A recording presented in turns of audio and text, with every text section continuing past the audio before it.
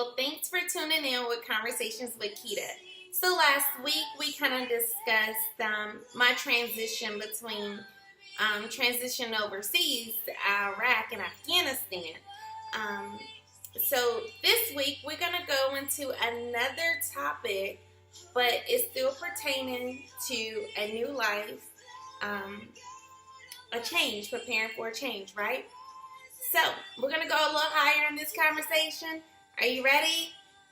So we're gonna get right into it, and like I stated before, a new beginning is something that you have to want. It can't be for anyone else. It has to be for you, right? So stay tuned, and we're gonna head right into this next topic with who? Me. Conversations with Keita. In life, there can be many disappointments that can leave you mentally drained, that it seems like every road you turn down is a roadblock, right? It could be that something was taken from you that was rightfully yours, or it could be a challenge that you are trying or was trying to overcome that wasn't letting up. A disappointment. A disappointment is the feeling of non-fulfillment of hope or your expectations, right? Okay, so we're going to go into what the Word of God. We're going to take it to Genesis 27. I know some of you guys are Bible readers, those that's not. I'm just going to kind of paraphrase Genesis 27, and I'll take it that you will read up on it yourself to better educate yourself on Genesis 27. Okay, so pretty much there was a disappointment. We had who? We had Jacob and we had Esau, right? So Jacob ended up with Esau's birthright due to the mom, Rebecca, overheard the conversation that Esau was having with his dad, Isaac. Okay, so literally the mom had informed Jacob, the younger sibling, about the conversation. Don't you just hate it when people eavesdrop? Because I definitely do. So the conversation that Isaac was having with his older son, Esau, he was telling his son that he was getting old in age and that he wanted to bless him with the blessing before he passed on. And that he wanted Esau to go and hunt for some wild game and to prepare it as he liked it. Okay, so Esau was super excited about that, right? Because he's about to be what? Blessed with that blessing. Well, he went to go hunt for the wild game. Now, in the process of that, the mom, Rebecca, was telling Jacob about it, that Esau was about to be blessed with this blessing that the father was going to be blessing him with when he come back with the wild game and after he prepared it. Now, the father is so older in age that he lost his sight, so he can't see, right? So the only way he can detect his sons is by smell and by touch, right? So the mom, Rebecca, tells Jacob to go into the field and get two small baby calves, right? And that she was going to prepare it as if it was Esau preparing the wild game for his father. So now, she ends up making some gloves out of the skin of the animal so that when Jacob go and take the wild game to his father, the father would not detect that he is not the eldest son, which is Esau. Okay, so now I'm going to take it upon you people to research and kind of look at Genesis 27 for yourself. I'm just kind of paraphrasing right now because it's a really long chapter, but it's a really good chapter too. So I'll just hope that you would take it upon yourself and review it and get an understanding for yourself, right? Okay, so now Esau, he comes back from that long hunt that he did for his father. And his father says, "Who are you?" He said, "What? I'm your eldest son, Esau." His father said, "What did I just do? Who did I just bless? Your younger sibling, Jacob, was here, and I gave him the blessing." Esau said, "What? What do you mean?" He said, "Well, he served me and he tricked me into giving him your blessing." So Esau said, "Okay, well, bless me too. Bless me too." So the father said, "No, I have no more blessings to give." So Esau just cried out because he was hurt. He was disappointed, right, of the transaction that just occurred. Now that is one example of disappointment in the Bible, all right? So I am hoping that you will go and research that for yourself. Okay, so far as there were in occasionally, I'm human. I have disappointments.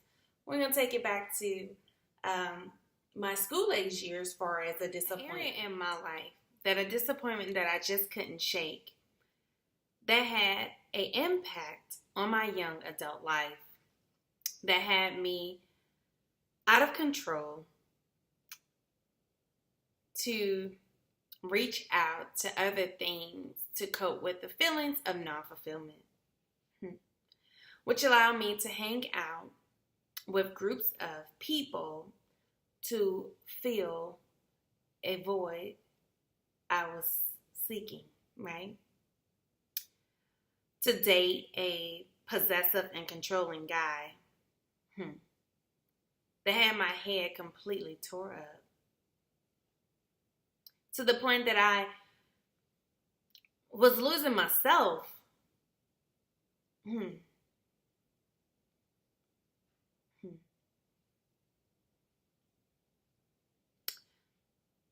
The individual, forced me to use, prescription drugs. Just mentally, just had me gone. It's crazy. The things that we go through and the things that we allow ourselves to go through when we are lacking and we don't ask for help and we don't ask for support or we don't seek counsel.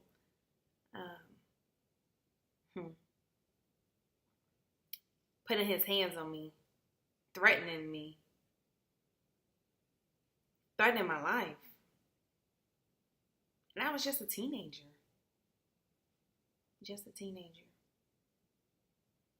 When my parents caught wind of the circumstances and situation, they immediately went down to the city courts, the police department, and they put a restraining order out on the individual because I was still a minor. I was still underneath their control, and I was their daughter. So they wanted to do right by me, but they wanted to make sure that they were doing what they should do as parents, was taking care of their kid.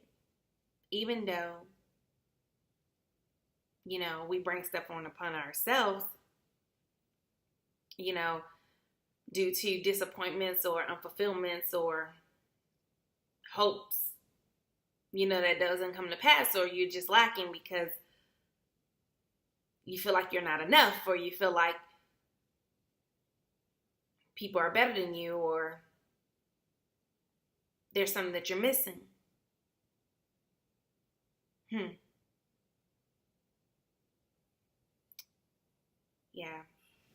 Being in that relationship, I felt that it was filling a void that I was lacking. The feeling of non-fulfillment. Well, in my high school years, in my schooling years, from the time that I could possibly wrap my head around it, I struggled with certain areas in school that made me feel lesser than the other students. Felt that I wasn't adequate enough, smart enough, or even important. Yeah. My grades were barely above average, but I worked hard. I stayed committed. I tried to stay consistent. But it was, sometimes it wasn't easy to shake, because you feel like you should be where everybody else is, or where that person is. But that wasn't my walk. Sometimes I felt like throwing in the towel. I felt like giving up and just quitting and not following through with completing of my school years, because sometimes it was just very challenging, sometimes overbearing, which had me, step out and get with people that was not worthy of my attention. But I gave them power and attention because I didn't ask for help. I didn't seek counsel, and maybe I was not even of age to even understand the things that I'm saying now. But if you are in a circumstance like that, or a situation like that, reach for help. Tell somebody. Tell anyone. Whatever you're going through, whatever you're feeling like, you need to say something. Because there are people that have been in your shoes. There is people that is in those same shoes. And they don't know what to say. And they don't know who to reach out to. But I promise you, God will make a way out of no way. God will provide you the strength. God will give you the intuition to let you know who you can trust and who you can tell about your circumstances and situations. In Deuteronomy 31:6, God said, be strong and of what? Good courage. No, be afraid of them. For the Lord thy God, he that doeth good with thee, he will not fail thee. No, not at all. Not at all. Nor forsaking thee. Hold on to the word of God. Give it to God. Pray about it. If you haven't prayed, or you don't know how to pray, and You feel like somebody have to pray for you because you don't know. You can pray anywhere and everywhere. Because God is everywhere. Yes. Just stretch your hand out to Him. Whisper to Him. Say, Jesus, help me, guide me, and lead me. He'll do it. He will do it. So, at the age of 15, yes, 15, I began to work. Yeah. I ended up working to keep me focused, to put me on the right path, right? So I worked at McDonald's. Yes, Mickey D's. So I began working at McDonald's, and I was the birthday party girl. So I was the hostess for birthdays. Super excited. It was super fun and a cool job to have. It wasn't nothing like making your own money, but I appreciated how the job allowed me to focus my energy somewhere else. Yeah, somewhere else. So God always open up opportunities and doors for you. Even if you're not a Christ follower or you're not a believer, God, He's no respecter of persons. And He can fulfill any void, as if I always say. So to tie this all in, yeah, that was an area where I was disappointed. That was an area where I was lacking hope and non-fulfillment. And I advise anyone that have tapped into a season like that and that is in a season like that, scratch out, lean forward, take action, do something to change it for the better. If it's removing yourself out of a negative situation, telling somebody, or if someone took something from you that should have been rightfully yours, maybe you have to seek counsel about it. Maybe you need to seek to a higher power about it, right? I'm not sure what the circumstances are, but I know it's counsel out there for anything that you're going through. And I know one mighty counsel is who? Jesus Christ. Yes, Jesus Christ. So I just wanted to share that part of my disappointment, of my non-fulfillment, that had me to venture off to do other things that was not worthy of me to be a part of. Yeah. But through God's grace and mercy, He always come through. Even when I wasn't following the will of God. Even when I wanted to do my own thing. He never left me, nor forsaken me. Stretch forward.